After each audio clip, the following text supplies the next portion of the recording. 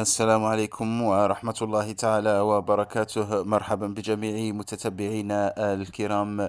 إذا نجحت الفرقة المتنقلة للشرطة القضائية بواد العلايق بأمن ولاية البليدة بداية هذا الأسبوع من تفكيك شبكة إجرامية منظمة تنشط في تهريب وترويج المخدرات متكونة من 7 أشخاص، مع ضبط اثنان مع ضبط قنطاران و39 كيلوغرام من الكيف المعالج وفق بيان المصلحة المركزية للاتصال.